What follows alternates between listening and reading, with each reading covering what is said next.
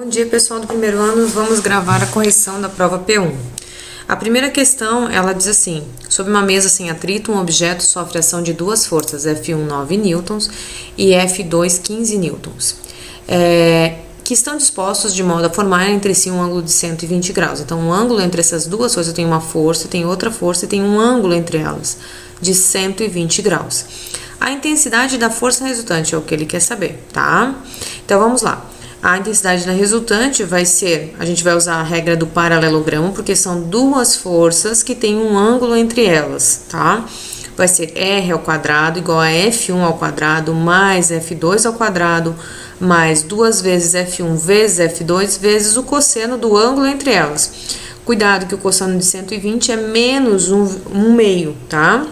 Então, 9 ao quadrado 81, 15 ao quadrado 225, fazendo essa multiplicação, 2 vezes 9 vezes 15 vezes menos meio, vai dar menos 135. Somando 81 com 225 menos 135, vai dar raiz de 171. Fatorando, vai ficar 3 ao quadrado vezes raiz de 19. A gente tira o 3 da raiz e deixa só o 19 lá dentro. Segunda questão, um balão atmosférico lançado em Bauru, 343 quilômetros a noroeste de São Paulo, na noite do último domingo, caiu nesta segunda-feira em Cuiabá Paulista, na região de Presidente Prudente, assustando agricultores da região. O artefato faz parte do projeto Hibiscus, desenvolvido por Brasil, França, Argentina, Inglaterra e Itália, para a medição do comportamento da camada de ozônio, e sua descida se deu após o cumprimento do tempo previsto de medição. Está disponível ali no endereço, né? Na data do acontecido, duas pessoas avistaram o balão. Uma estava a 1,8 km da posição vertical do balão e o avistou sob um ângulo de 60 graus. A outra estava a 5,5 da posição vertical do balão, alinhada com a primeira, e no mesmo sentido, conforme se vê na figura, e avistou sobre o ângulo de 30 graus. Qual é a altura aproximada do balão? Então, olha só. A primeira pessoa está aqui no ponto A, tá? A segunda pessoa está no ponto B. A primeira pessoa está a 1,8 quilômetros e avistou o balão sobre a 1,8 quilômetros da vertical do balão e avistou sob um ângulo de 60 graus. A segunda pessoa, que é a pessoa B, ela está a uma distância de 5,5 quilômetros, então é 1,8 mais 3,7, 5,5 quilômetros, e avista sob um ângulo de 30 graus. Pergunta-se qual é a altura, esta altura aqui, ó, aproximada do balão. Eu escolhi fazer por tangente, que é mais fácil. Tangente é cateto oposto por cateto adjacente. Vejam, eu já tenho aqui, com a primeira pessoa, eu já consigo encontrar. Eu também conseguiria com a segunda. Por exemplo, se eu quisesse fazer com ângulo de 30, eu teria que pegar cateto oposto, essa altura H, e cateto adjacente, 5,5, e a tangente seria de 30. Mas eu vou pegar, como eu resolvi em sala com vocês esse mesmo exercício, vou pegar o ponto A. Então, eu vou usar a tangente de 60, que é esta altura aqui, H, dividido, esse é o cateto oposto, dividido pelo cateto adjacente, que é 1,8. Então, vamos lá. Tangente de 60 vai ser a altura que eu quero determinar, dividido por 1,8. A tangente de 60 é raiz de 3. Então, vai ficar raiz de 3, né, é igual a H dividido por 1,8. Como 1,8 está dividindo, vai passar para o outro lado multiplicando. Então, vai ficar raiz de 3 vezes 1,8. Portanto, a altura é de 3,11, faltou unidade aqui, quilômetros, tá? Bom, a questão número 3 diz assim: supondo-se que um grão de feijão ocupe o espaço equivalente a um paralelepípedo que tem arestas de 0,5 por 0,5 por 1 centímetro, estime a ordem de grandeza do número de feijões contidos num volume de 1 litro. Considere que 1 litro tem 1000 centímetros cúbicos. Gente, se é o volume de um paralelepípedo, lembre-se que vai ser lado vezes lado vezes lado. Então, vamos começar pelo volume que ele ocupa. 0,5 vezes 0,5 vezes 1. O volume que esses feijões ocupam dão 0,25 centímetros cúbicos. Um feijão ocupa 0,25. Porém, em 1 litro, eu tenho 1.000 centímetros cúbicos, certo? Então, eu vou dividir esse 1.000 centímetros cúbicos por 0,25 para saber qual é o número de feijões que eu tenho. Então, eu tenho 4.000 feijões em 1 litro. 4.000 é o mesmo que 4 vezes 10 na 3. Lembrando que o número 4 é maior que a raiz de 10, que é 3,16. Portanto, quando eu vou estimar a ordem de grandeza, eu vou somar 1 no expoente. Então, a ordem de grandeza desse número não é 10 na 3, a ordem de grandeza desse número é 10 na 4, tá? Só para lembrar. Questão número 4. Uma gota de chuva se forma no alto de uma nuvem espessa. À medida que vai caindo dentro da nuvem, a massa da gota vai aumentando. E o incremento de massa ΔM em um pequeno intervalo de tempo ΔT pode ser aproximado pela expressão. Isso é uma expressão. ΔM igual a alfa vezes V vezes S vezes ΔT. Em que alfa é uma constante. V é a velocidade, S é a área. Diga qual será o valor dessa constante em unidade do sistema internacional. Vejam só, ele não quer valor numérico, ele quer saber a unidade dessa constante, tá? Então, nós vamos partir da expressão que ele nos forneceu. Qual foi a expressão que ele nos forneceu? Ele nos forneceu essa, que ΔM é igual a alfa vezes V vezes S vezes ΔT. ΔM é massa, massa é medida em quilograma. V é velocidade, velocidade é em metro por segundo. S é área, é em metro quadrado. E ΔT é tempo, então é segundo. Vamos substituir, ó, pegando a mesma expressão e substituindo. Massa, quilograma, o alfa é o que eu quero descobrir, velocidade, metro por segundo e tempo, área, metro quadrado, tempo, segundo. Então, fazendo as multiplicações aqui, ó, vai ficar metro cúbico, vai dividir, o segundo vai cortar com o outro segundo, então o segundo vai sumir. Vejam, esse segundo está embaixo, tá dividindo, e esse aqui tá multiplicando, então a gente corta, tá? Então, vai ficar assim, ó, quilograma dividido por metro cúbico. Quilograma dividido por metro cúbico, se eu quiser passar esse metro cúbico multiplicando, vai ser quilograma vezes metro cúbico na menos 3, porque eu estou tirando esse metro cúbico de baixo, que está dividindo, todo passando para cima multiplicando. Então, ele tem que inverter, tem que colocar um negativo nessa potência. Então, a unidade desse alfa é quilograma vezes metro cúbico na menos 3. Questão número 5. Na correção ortodôntica de uma arcada dentária foi passado num dos dentes caninos um elástico. As extremidades desse elástico foram amarradas a 2 molares, um de cada lado da arcada, conforme a figura. A tensão no elástico é de 10 newtons e o ângulo formado pelas duas partes do elástico é de 90 graus. Nas figuras 1 e 2 estão representadas duas possibilidades para a direção e o sentido da força resultante, que está atuando sobre o referido dente canino. Assinale a opção a qual se indica corretamente a figura que representa o valor de FR e o valor da sua intensidade, tá? Então, basicamente, ele pergunta qual das duas figuras está correta. Vejam, essa aqui não está correta, porque essa não é a regra do paralelogramo. Quando eu tenho dois vetores unidos, a resultante sempre esses dois vetores formam um ângulo de 90 graus. A resultante sempre estará aqui, ó, cortando esse ângulo no meio. A gente fez isso, eu projeto um vetor na ponta do outro. Professor, e se fosse método do polígono? Método do polígono, também eu teria que pegar esse vetor, colocar este na ponta deste, e a resultante não seria nessa direção. A resultante seria nessa mesma direção aqui, tá? Essa mesma direção. Não tem como a resultante ter outra direção. Então, vejam só, pela regra do paralelogramo, então a resultante é essa dali. E quando eu tenho uma resultante e eu tenho um ângulo de 90 graus, eu posso usar Pitágoras. Então, vai ser resultante ao quadrado é igual a 10 ao quadrado mais 10 ao quadrado. 10 ao quadrado é 100, mais 100 dá 200, né? Raiz de 200, vai sair o 10 para fora, vai ficar 10 raiz de 2, ou seja, raiz de 2, como é 1,41, vezes 10 dá 14,1. Questão número 6. Dados os vetores A, B, C, D e E a seguir, obtenha o módulo do vetor resultante, que é a soma. Ele está pedindo para que o resultante seja a soma de A mais B mais C mais D mais E. Eu tenho que seguir o que ele pede. Ele disse que a resultante vai ser a soma deles e eu vou fazer a soma.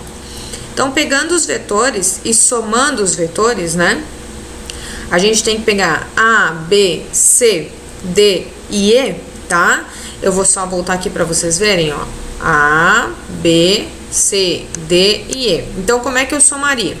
Vou colocar um na extremidade do outro, né? Então, vou pegar A, vou colocar B na extremidade de A. Então, vamos lá. Vou pegar A, vou colocar B na extremidade de A. B tá indo para lá, tá? Tá para cá. Depois, eu vou colocar C na extremidade de B. Vejam que B e C têm o mesmo valor, só que em sentidos opostos. Então, é como se eles se anulassem. Então, quando eu colocar C, eu vou voltar para esse ponto aqui, ó. Exatamente para esse ponto aqui. Daí, agora eu tenho que colocar D. D está aqui, ó. D é 4 unidades para baixo. Então, D vai ficar com 4 unidades para baixo. Agora, eu tenho que pegar o vetor E. O vetor E são 3 unidades na diagonal. Então, eu vou colocar o vetor E, 3 unidades na diagonal. Parei aqui. Como é que é o vetor soma? O vetor soma, ele vai ligar o início do primeiro vetor com a extremidade do último. Vejam, esse é o vetor soma. Se eu observar o vetor soma, vejam só. Ele é, na verdade, a hipotenusa desse triângulo grande aqui, ó. 4 aqui e 1, 2, 3, 4, 5, 6 aqui. Tem 6 unidades aqui, 4 unidades aqui. Esta hipotenusa é a resultante. Então, basicamente, é isso que a gente vai fazer. Vai ficar 4 ao quadrado mais 6 ao quadrado, porque 4 são essas 4 unidades aqui. 6 são essas 6 unidades aqui. 4 ao quadrado dá 16, 6 ao quadrado dá 36. A soma da raiz de 52, tá?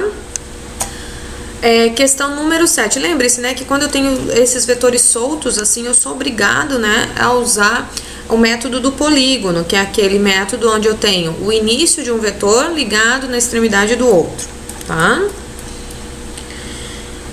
Questão número 7. Assinale as alternativas e marque a única que apresenta grandezas físicas vetoriais. Então, ele já está dando a dica que tem outras opções que não são todas vetoriais, né?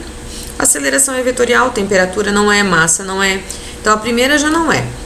Força é, tempo é. Tempo é escalar, desculpe, força é vetorial. Aqui a gente já exclui, porque energia também é um escalar, velocidade é vetorial. AC, deslocamento é um vetor, força é um vetor, velocidade é um vetor e peso é um vetor. Peso é vetor, deslocamento é vetor, mas massa não é vetor, aceleração é. Temperatura não é vetor, velocidade é, massa não é, peso é. Então, a única opção seria AC. 8.